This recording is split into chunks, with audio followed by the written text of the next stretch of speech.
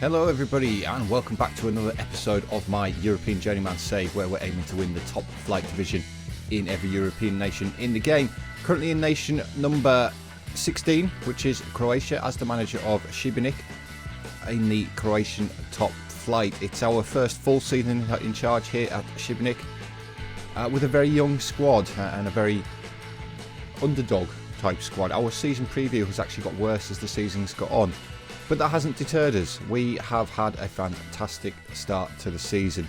Financially though, the club's in a bit of a ruin. We're now £3 million in debt, so getting this club into European football is really, really important. We're also committed to spending £79,000. We have been signing a lot of young players for the future, but we're predicted to be quite considerably in debt come the end of the season. So European football is really, really important.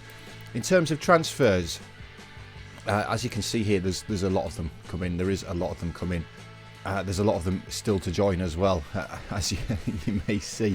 We have brought a lot of young players in for the future, most of them from Belgium.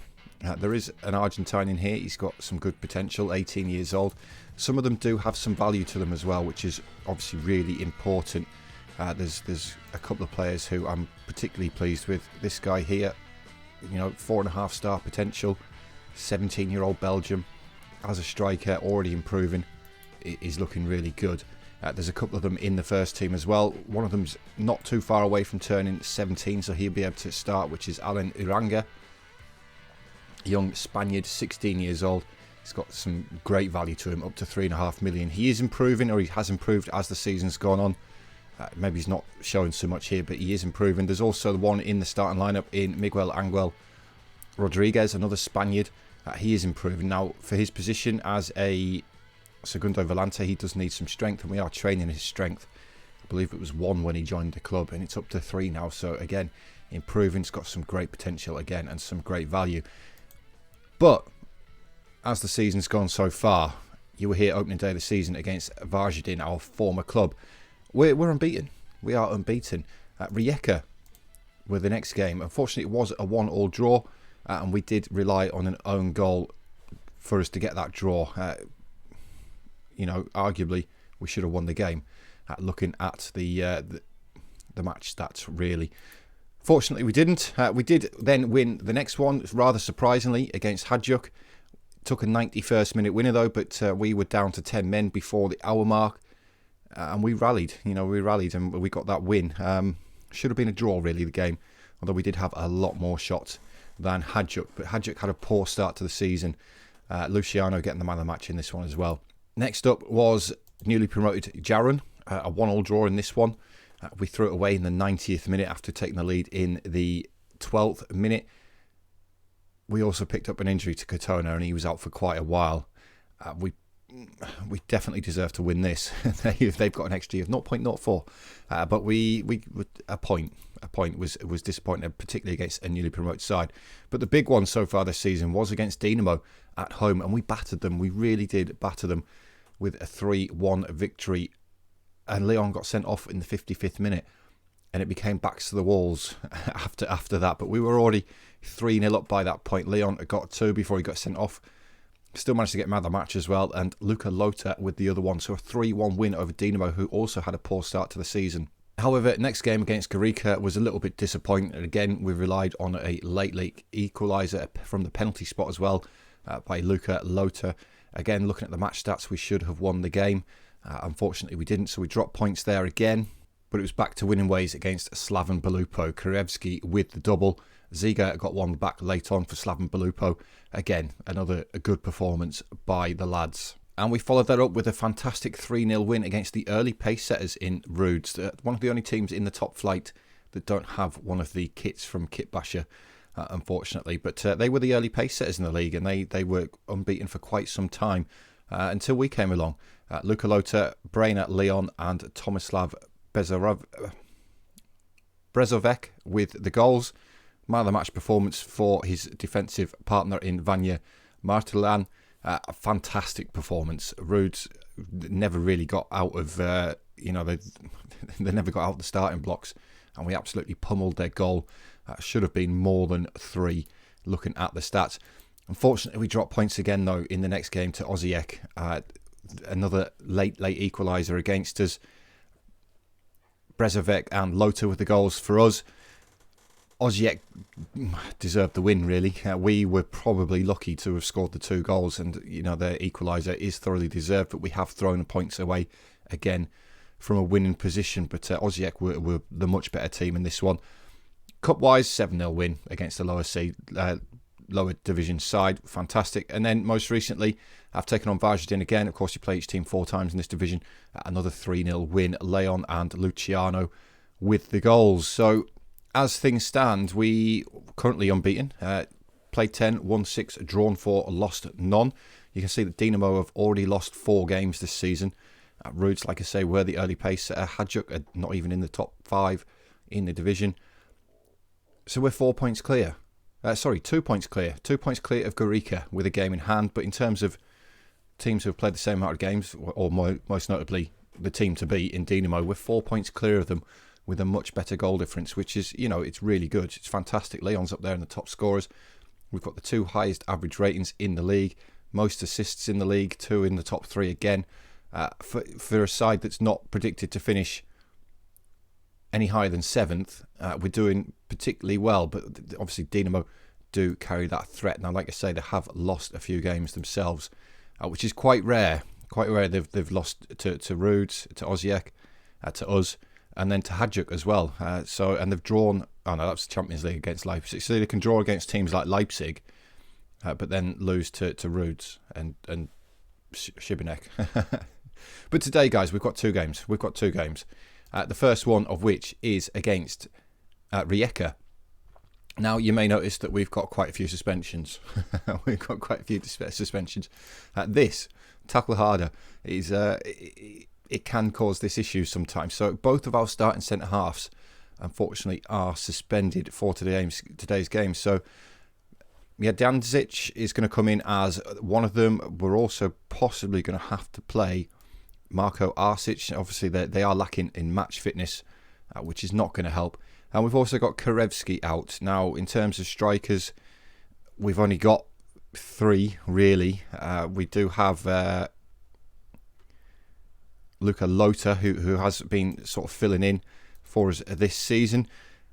But we're starting to lack a little bit with having a 3-striker system. You need to at least have 5 strikers in your team. And some of the youngsters are not quite ready yet. We do have David Katona as well, but he's recently had an injury. He's not up to fitness yet. He's not fit enough to start, unfortunately.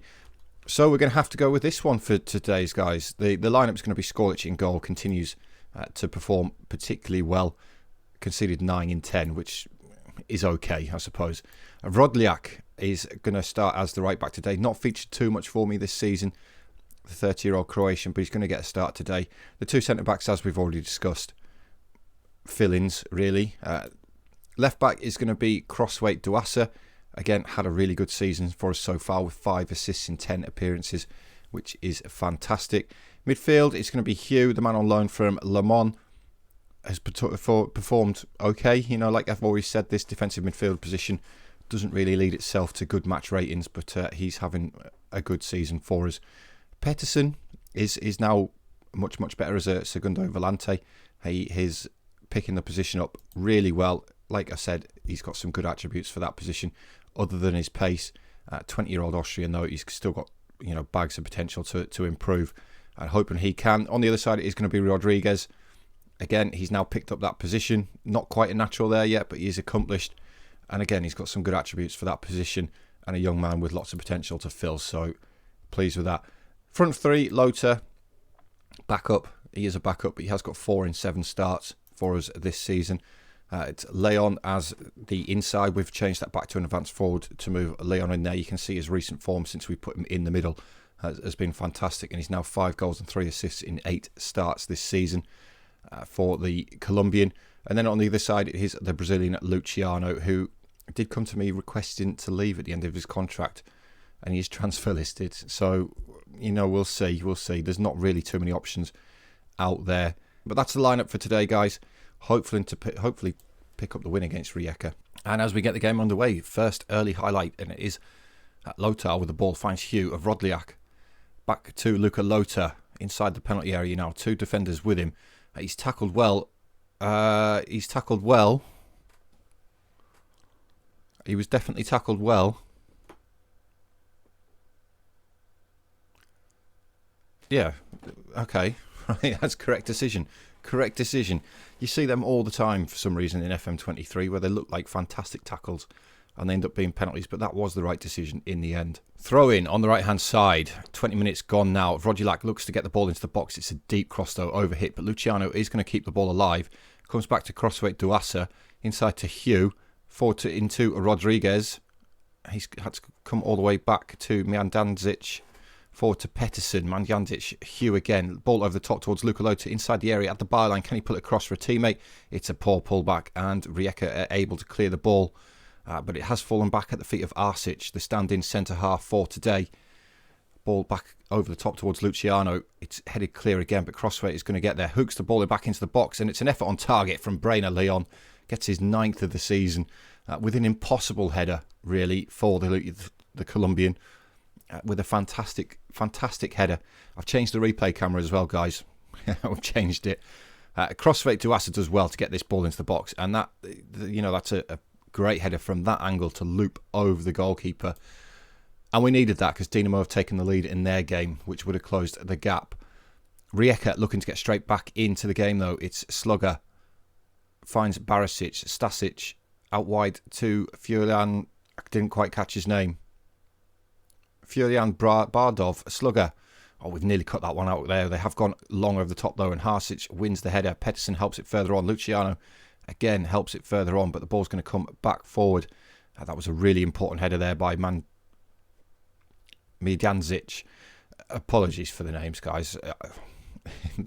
When they're above the players' heads, they move so fast. Unless I know which player it is, the names move so fast, and they're quite blurry when they move. I can't read them properly.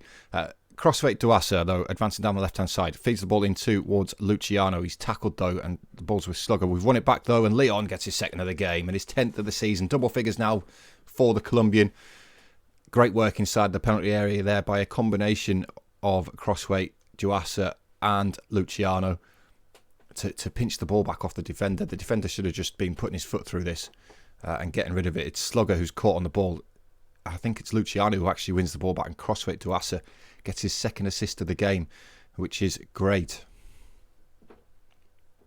And we're still looking to pile the pressure on. Rodlak coming forward, gets the ball back from the throw, and Luciano again. He's well tackled this time, though, and the ball's cleared by Arsic. Bringing it forward, Rodliak again. Mijandzic feeds Pettersson. Rodliak's got the space on the right-hand side. Can he pull the ball into the penalty area? No, cuts back instead, finds Hugh. Into Rodriguez. Effort from the edge of the... Oh, my word. Miguel Angel Rodriguez with his first goal of the season and his first professional goal in football. What a strike that is by the young Spaniard. And that's the difference between him and what we had last episode in Fernandez. Same position, 2 completely different players. Fernandez would have ballooned that. He would have ballooned that. But what a finish that is by the young Spaniard, who is improving game by game. Rijeka looking to get back into it before half-time, though, with the free kick, and they have got back into it. Morris Slugger gets one back for Rijeka, makes up for his mistake for our 2nd goal there. It's just poor defending. Poor defending. He's not really being picked up by anybody, is he? And it's pretty much a free header, and not the greatest of goalkeeping from Skorlic there either. And Rijeka still looking to come forward. Skorlic is going to claim this one, though. He's just taking the mickey there, isn't he? And we've passed the ball out of defence really nicely. Rodriguez looking over the top towards Luciano. He's in behind here. Goalkeeper thought about coming, but decided not to in the end. Luciano pulls it back for Pettersson, who's absolutely ballooned it. That was more like Fernandez. And at half-time, we're 3-1 up. Rijeka are in the game, though. They are in the game, so we do have to be careful. Right, Sibenik looking to extend their advantage again. Hugh, Arsic, feeds the ball into Pettersson. He's got Lothar ahead of him. Rodlak, the right wing back, always outside of him.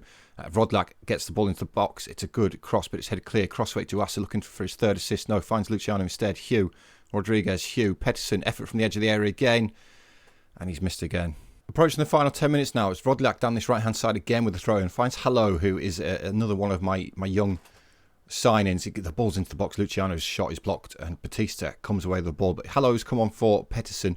Like I say, he's another one of my young Belgian signings who's first team ready, really. He's another pretty decent player. But Rijeka, that's a dangerous ball into Mustapic, and thankfully it's deflected into the arms of the goalkeeper. I think it was Rodlak who got back there to make that block. But we're in control here, 3-1 up. With the better team now as the game's gone on. Dinamo are 2-0 up as well, so it's really important that we do get this win and keep that 4-point advantage that we've got over Dinamo. And I just noticed that Slaven Belupa got 2 players sent off in injury time at the end of the game against Dinamo. And so, don't know what's happened there. But Rijeka coming forward again with Filjan Bardov. I'll get there eventually. They've worked this nicely down this left-hand side. It's a good ball. Oh, my God, they've hit the crossbar with that. What an effort that was by Mustapic. Skorlic, thankfully, clasps it to his chest after it's rattled back off the bar. But that is the end of the game, guys. A nice, comfortable 3-1 win. Crossfit getting the man of the match with his 2 assists. I'm quite surprised that Brainer Leon didn't get it, but Crossfit's had a good game. Just confirmation there, guys, of the result. 3-1 win. Dinamo winning 2-0 as well. And like I say, Slaven Belupa with 2 players sent off in injury time at the end of the game. But we maintain that 4-point gap at the top of the table to Dinamo, who are now, 4 points is a real threat from Dinamo, particularly how dominant they are here in Croatia. So we're going to go forward to the next game. I'll catch up with you guys in just a minute. Right, guys, welcome back. We'll get the second part of today's episode underway. Just quickly, Dinamo have dropped points again to Aussie X, so we've got a fantastic chance here to extend our gap at the top. Now we are away to Hajduk, which is quite a difficult game, but Hajduk, as you can see, have had a poor start to the season. Now we've got some more suspensions, but we do have some players back from suspension, which is good. We've got our starting centre halves back, which is in fact fun. Let's just quickly do this. We'll see what we get in. No, it's nearly there. I'd like Rodriguez in there. I'd also like Pettersson in on that side. Leon can go back into the middle. And that's about it. That's the lineup. It's Skorlic, Vrodljak, Brezovec and Martlian come back into the centre of defence. Fernandez can get a start at left back today. In fact, no, he can't. We're gonna put Dennis Miel in there. Dennis, you can have a start, mate. Pettersson, Hugh and Rodriguez in midfield. Starting midfield now. Luciano, Leon and Karevsky as the 3 up top. And we're underway here. Away to Hajduk. Going to be a very difficult game, this one. And this could be the end of our 16-game unbeaten streak that we're on. But we've got another one of these stupid penalty decisions straight away inside 8 minutes of the game. Apparently, Vrodljak has shoved Mariusz there, the attacker. I didn't see anything wrong with that at all. Didn't see anything wrong with that. He was never going to get the ball anyway. And that's made things more difficult for us. Unless Skorlic can save it. Oh, he nearly did. He nearly saved it. So close to saving it. Vladi Pratyin gives Hajduk the lead in the 9th minute of the game for a needless penalty to give away, really, if indeed it was a penalty. But Hajduk are coming forward again. They're looking dangerous early on. It's Orozco going unchallenged the entire length of the pitch, and somehow it says it was an own goal. So the defender did get back to him, but almost tipped it into his own net. Sibenik looking to get back into it now, though. It is Miel, the young 17-year-old, striding forward, almost took it past Orozco, who is on a yellow card, by the way, so we might adjust the tactics a little bit to focus play onto him, put him under some pressure. But Luciano pulls it back for Karevsky. It's just the wrong side of the post. Nearly back into the game there. But we've got the highlight straight from the goal kick, and it's a long one, but Hugh wins the header. They do get the ball back forward, and it's Mariusz who won the penalty in the first 10 minutes. He's given Hajduk a 2-0 lead here, and it does look like we're heading for our first league defeat of the season, which is going to allow Dinamo, after their draw, instead of us pulling further away, it is going to be Dinamo closing the gap to just the 3 points. Can we get one back before half-time? I doubt it, because we've just given Hajduk the ball again, and it's Mariusz again who's been involved in all the goals so far. He was nearly involved in another one there. It's a good save by Skorlic in goal, and they're going to get the resulting corner. As we come into injury time at the end of the first half, it's going to be Orozco to take it. It's a deep one, and it's headed just wide there by the Hajduk man. But at half-time, I think we're a little bit unlucky to be behind by 2 anyway. It's been a fairly even game. We have seen more of the ball. Shots-wise, it's identical. Couple of changes at the break to try and get us back into it. We've brought Dalla Rosa on at right back. The right back was having a poor game.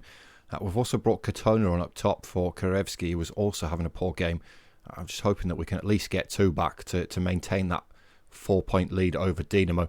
But it's Orozco. Again, he's unchallenged. He pulls it across, and Mariusz makes it 3-0 to Hajduk. This has been a shocking performance. Shocking performance, considering the start to the season what we've had. And the back end of last season as well. This will only be our 2nd ever loss as the manager of Sibenik in the season and a half that we've been here. It's been poor, let's put it that way. It has been poor. And as we reach the end of the game now, guys, we've just not offered anything going forward today. We've had that one highlight, and it is a disappointing 3-0 defeat to us. Mariusz picking up the man of the match. He was involved in all 3 goals.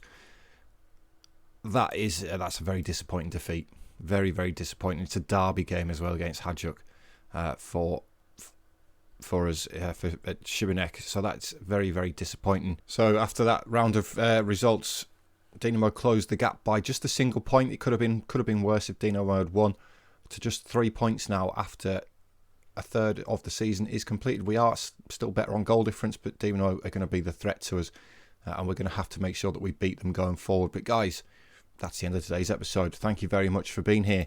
As always, we're going to come back again 2/3 of the way through the season. Could be around about the Dinamo game. That could be championship deciding stuff. We'll see. Guys, thank you very much for watching. As always, please remember to hit that thumbs up button for me and the subscribe button as well. Leave me any comments. And thank you very much. So I'll see you all next time, guys. Cheers.